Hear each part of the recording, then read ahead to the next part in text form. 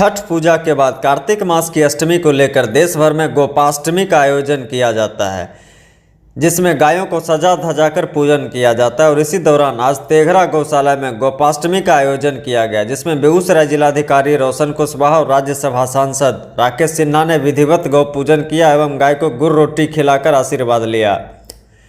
गौशाला परिसर में गोपाष्टमी के मौके पर आयोजित भागवत कथा मंच का विधिवत उद्घाटन दीप प्रज्वलित कर अतिथियों के द्वारा किया गया।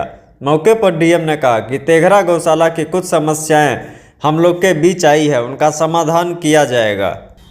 वहीं राज्यसभा सांसद राकेश सिन्हा ने कहा कि पिछले कुछ वर्षों से गाय को लेकर विमर्श हुआ, लेकिन आप जैसे बहुत लोगों को पता होगा कि जब देश में स्वतंत्रता का आंदोलन चल रहा था, उस स्वतंत्रता के समानांतर इस देश की संस्कृति को बचाने के लिए एक संघर्ष चल रहा था। वो संघर्ष गौ को बचाने का। एक भारतीय को अपने शरीर से गिरते हुए रक्त पर कष्ट नहीं होता, लेकिन गौ माता के शरीर से रक्त गिरने पर बहुत कष्ट होता है।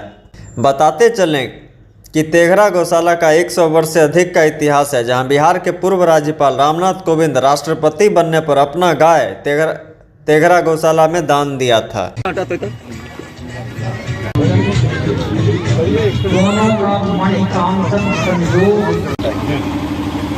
आज मुझे बेगूसराय की मंच पर बरल पूरा लेने तेज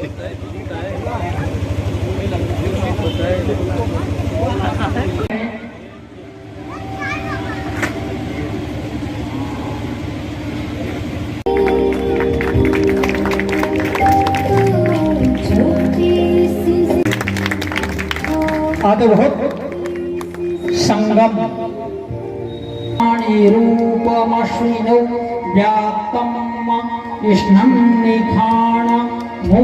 मनुष्य हो या गाय हो, ये हाइब्रिड हर जगह पहुंच रहा है, सिर्फ गाय में ही नहीं, बीज में नहीं। लगातार सब लोग कार्य कर रहे हैं और हम लोगों को हिंदू संस्कृति जो है, जो भारतवर्ष है, उसकी गरिमा को आगे बढ़ाने के लिए सब लोगों को इसमें आगे आना भी चाहिए। जिला प्रशासन की तरफ से पूर्व उसके भी जैसा बताया भी गया कि हमारे पूर्व के जो अधिकारी लोग हैं, उन्होंने बहुत ही महत्वपूर्ण यहाँ योगदान दिया, कार्य किया। और मैं आप लोग को आश्वस्त करता हूँ कि जो कुछ समस्याएं अभी बताई भी गई कि किस तरीके से कुछ गायों को, हमारी गौ माता को चरने के लिए किस अगर बाउंड्री पूरी हो जाए और एक जो रास्ता है उसको अगर हम लोग समाधान कर दें ताकि लोगों को भी सहूलियत हो, तो इन चीज़ों के प्रति भी हम लोग लगातार आगे बढ़ते रहें।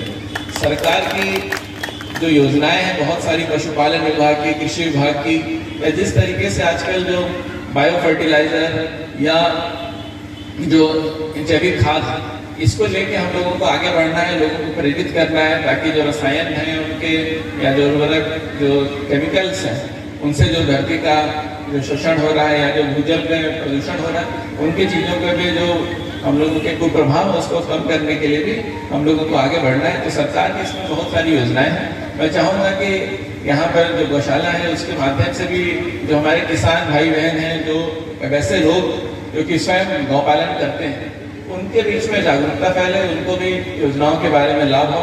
हमारे विभाग के भी यहाँ पर अधिकारी आए हुए हैं, पशुपालन विभाग के, कृषि विभाग के। आप लोगों के माध्यम से भी इन चीज़ों का प्रचार प्रसार होना चाहिए, ताकि लोगों में जो एक जागरूकता है, लोग, मैं ये नहीं कहूँगा कि लोगों में जागरूकता नहीं है, लेकिन उसको एक इच्छा शक्ति है, उसको और आगे बढ़ाएं। पिछले कुछ वर्षों से गाय को लेकर विमर्श हुआ, लेकिन आप में से बहुतों को पता होगा जब देश में स्वतंत्रता का आंदोलन चल रहा था, उस स्वतंत्रता के आंदोलन के समानांतर इस देश की संस्कृति को बचाने का भी एक अभियान, एक संघर्ष, एक संवाद चल रहा था। वह संघर्ष, अभियान और संवाद गौ संरक्षण का।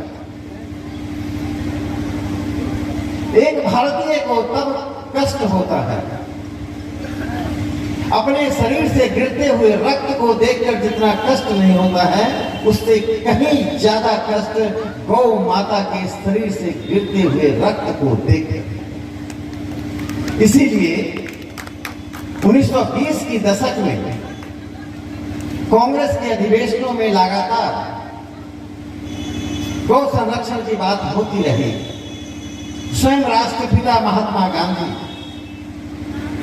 गाय के संरक्षण के लिए, गौ पूजा के लिए प्रतिबद्ध रहे। लोकमान्य तिलक से लेकर बाबू राजेंद्र प्रसाद तक बाबू जगजीवन राम तक सभी गाय के महत्व को स्थापित करते थे। इसी कारण से आज हमें आवश्यकता हो रही है कि जिस प्रकार से हम अपनी आंखों के सामने बांग्लादेश एवं अन्य देशों में अपनी गौ माता की तस्करी देखते हैं, उस तस्करी का कारण मांसाहारी जीवन और लाभ नाम की एक चीज है, प्रॉफिट। इसीलिए आज हमें आवश्यकता होती है कि पूरे देश में गौ संरक्षण के लिए गौ हत्या पर प्रतिबंध लगाने की आवश्यकता ही नहीं, अनिवार्यता है।